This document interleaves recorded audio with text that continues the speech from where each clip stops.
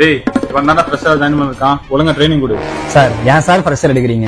இப்ப இவனுக்கு நான் சொல்லி கொடுக்கறதுக்கே 3 மாசம் ஆயிடும். டேய் இவன் பி படிச்சிருக்கான்டா, அது மட்டும் இல்லாம இப்ப ஆள் கிடைக்க ரொம்ப கஷ்டமா இருக்கு. கடல்லே இல்லையா இவன் கற்பூரமா படிச்சிருப்பான், என்ன சொல்லி கொடுத்தானோ. என்னடா பண்ணிடுவல? அதெல்லாம் நல்லா பண்றோம் சார். பாத்துக்கடா. எக்ஸ்பீரியன்ஸ் எடுத்தா காசு கொடுக்கணும்னு சொல்லிட்டு கற்பூரம் அகர்பத்தின்னு கதை சொல்லிட்டு போறான்.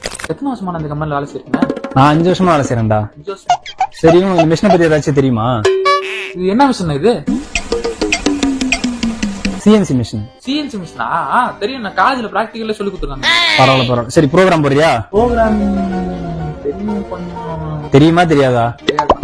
சரி நான் ப்ரோக்ராம் பண்றேன், செட்டிங் ஆச்சு எடுக்கிறியா? செட்டிங்கா அப்படின்னா யார் சாமி இவன்? சரிடா, ப்ரோக்ராமிங் செட்டிங் ரெண்டுமே நானே போறேன்டா. ஆப்ரேட் ஆச்சு பண்ணு. எப்படின்னா பண்றது? ஏன்டா பிஇல அப்படி என்னதானா படிச்ச? பிஇல ஆட்டோகேட் தெரியும், ஃப்ளூயிட் மெக்கானிக்ஸ், டிடிசி, இன்ஜினியரிங் ஆப்லாம் சூப்பரா வரையவனா? ஏய் நிறுத்து, நான் உன்னை என்ன சப்ஜெக்ட் படிச்சேன்னு கேட்கல. மிஷினை பத்தி என்ன தெரியும்? இதை பத்தி தெரியாதுண்ணா. போ முதல்ல போயிட்டு எல்லா மிஷினையும் தொடச்சு வை. அதான் உனக்கு முதல் ட்ரைனிங். போ வந்துட்டான், பிஇ படிச்சிருக்கான், பிடெக் படிச்சிருக்கான். ஒரு அசிங்கமாய் போச்சு குமார். இவ்வளவு தெரிஞ்சிருக்கீங்களே, நீங்க என்ன படிச்சிருக்கீங்க? ஐடிஐடா. தூக்கி சொல்லு.